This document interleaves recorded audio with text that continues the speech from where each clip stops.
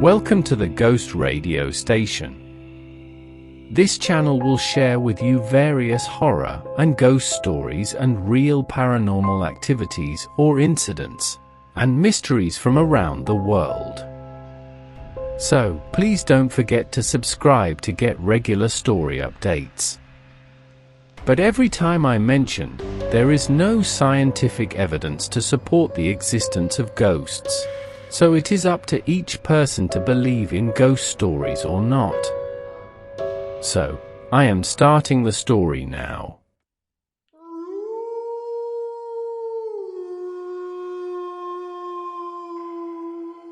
I have a pretty interesting story. Please note that when this happened, I would have probably been about 19 years old. I'm from Australia, and I used to work at a 24/7 rural petrol station in a small town called Barham. It's on the Murray River, and if you don't know, there are quite a lot of spooky stories around the river. If you ask any local, they will have a story to tell. Anyway, when I started the job, I was told not to mind the shadows that you may see get picked up on the security cameras.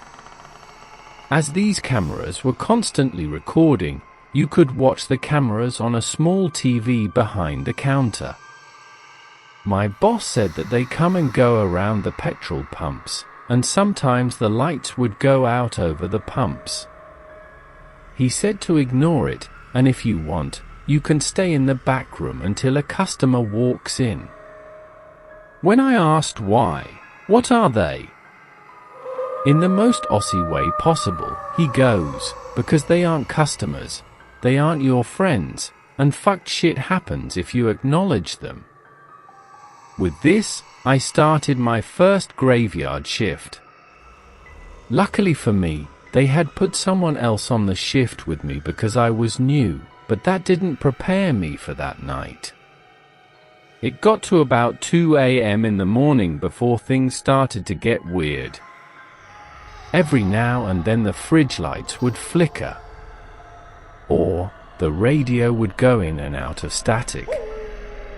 But what was truly unsettling was watching this figure on the cameras going back and forth, just on the edge where the overhead lights for the pump stopped, and beyond just being pitch black road.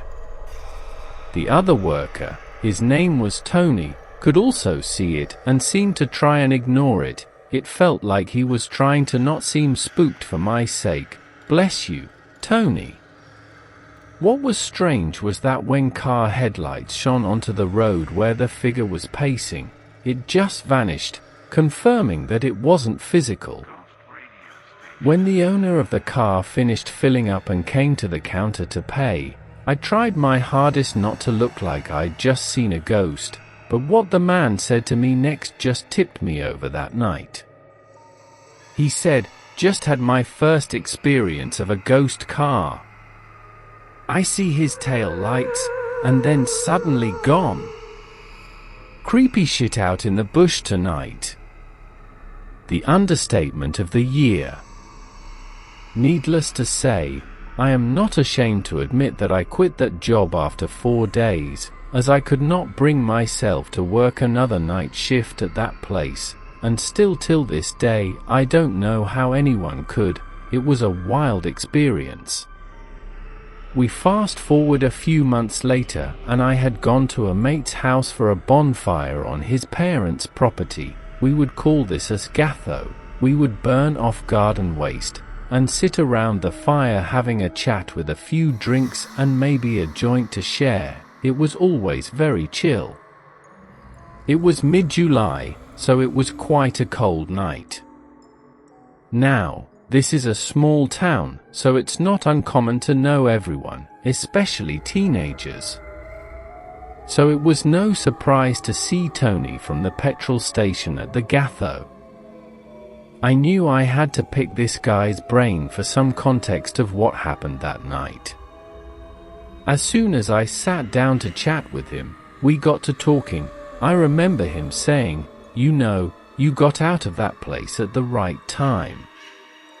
I asked him why that was. Did something happen?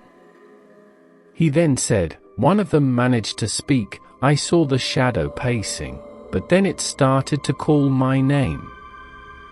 I remember at this point that poor Tony looked really uncomfortable, and I remember his eyes getting teary when he said it sounded like my mum. She passed away when I was like 12. He struggled so hard to get the next part out. It showed up every night after that, using the same voice asking me to come outside.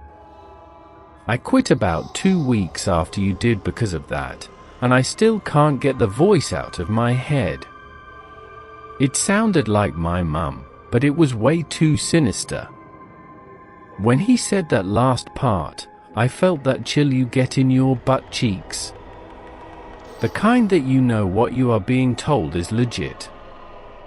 Even if this wasn't a paranormal encounter, whatever Tony did hear or see really got him.